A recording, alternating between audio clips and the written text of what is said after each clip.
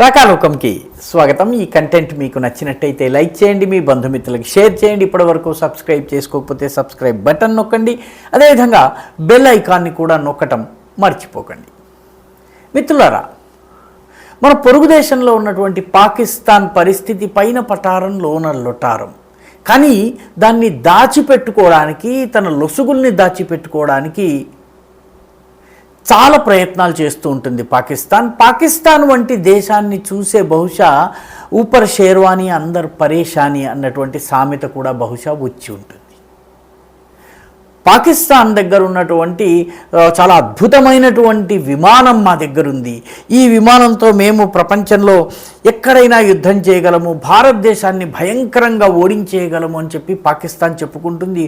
మేము సొంతంగా డెవలప్ చేసుకున్నటువంటి చైనా సహకారంతో, అంటే చైనా మొత్తం తయారు చేసింది, దాని మీద ముద్ర పాకిస్తాన్ వేసుకుంది.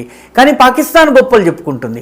అలాంటి ఒక విమానము, దాని పేరు JF-17.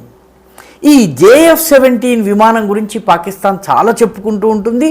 దీనిని కొన్ని దేశాలకు ఎగుమతి కూడా చేయడానికి ప్రయత్నిస్తోంది. అయితే ఇటీవల ఇటువంటి ఈ JF-17 విమానం ఒకటి కుప్పకూలిపోయింది.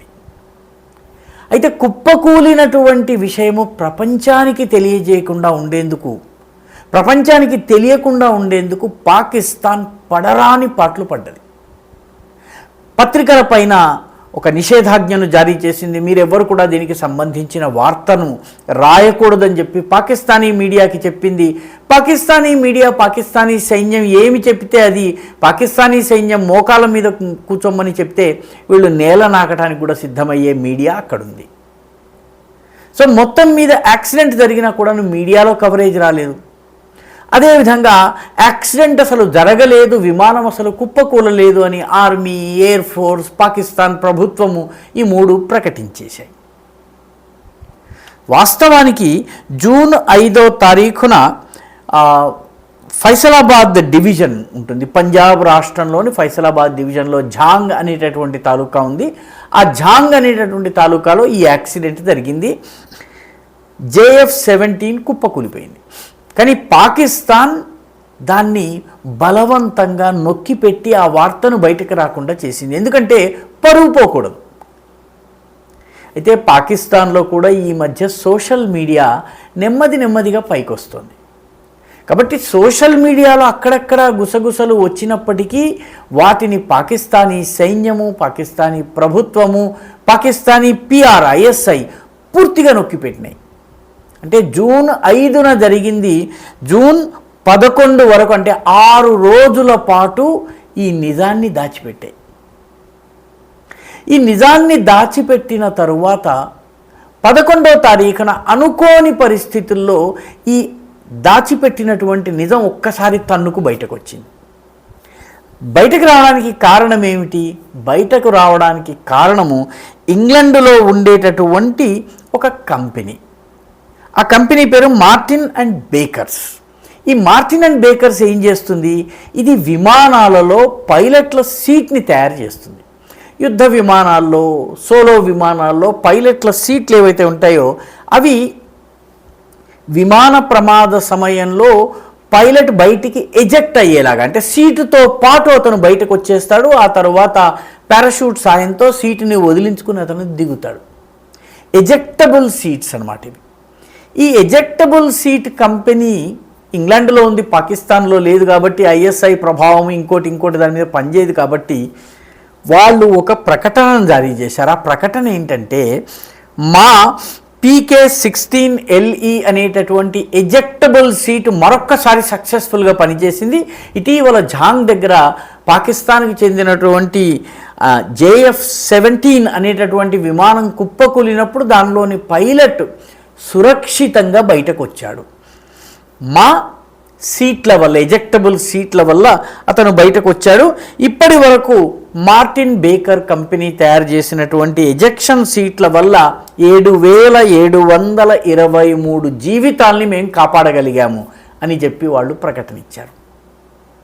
దీంతో పాకిస్తాన్కి చిట్ట చివరికి తమ విమానము కుప్పకూలినటువంటి విషయాన్ని అంగీకరించాల్సి వచ్చింది. దీన్ని JF-17 థండర్ అంటారు. ఈ JF-17 థండర్ని పాకిస్తాన్ ఏరోనాటిక్స్ కాంప్లెక్స్, అదేవిధంగా చైనాకు చెందిన చెండు ఎయిర్క్రాఫ్ట్ కార్పొరేషన్లు కలిసి నిర్మాణం చేశాయి. పాకిస్తాన్ ఆర్మీలో ఉన్నటువంటి అత్యంత బలమైనటువంటి విమాన పటాలాల్లో ఇదొకటి, స్క్వాడ్రన్స్లో ఇదొకటి అని చెప్తారు. సో మొత్తం మీద పాకిస్తాన్ దాచడానికి ప్రయత్నం చేసింది, భళ్ళుమని బయటకు వచ్చేసింది. ఇప్పుడు ఈ మార్టిన్ బేకర్ కంపెనీ మొత్తము తాము దాచిపెట్టినటువంటి రహస్యాన్ని బట్టబయలు చేసేటప్పటికీ పాకిస్తాన్ పాపం ఏమి సంజాయిషీలు ఇచ్చుకోవాలో తెలియనటువంటి పరిస్థితిలో ఉంది. అద్భుతమైన విమానం అని చెప్పారు, ఎందుకు కుప్పకూలింది, టెక్నికల్గా ఏమి సమస్యలు వచ్చాయి, వీటి గురించి ఇప్పుడు మాట్లాడవలసి వస్తుంది.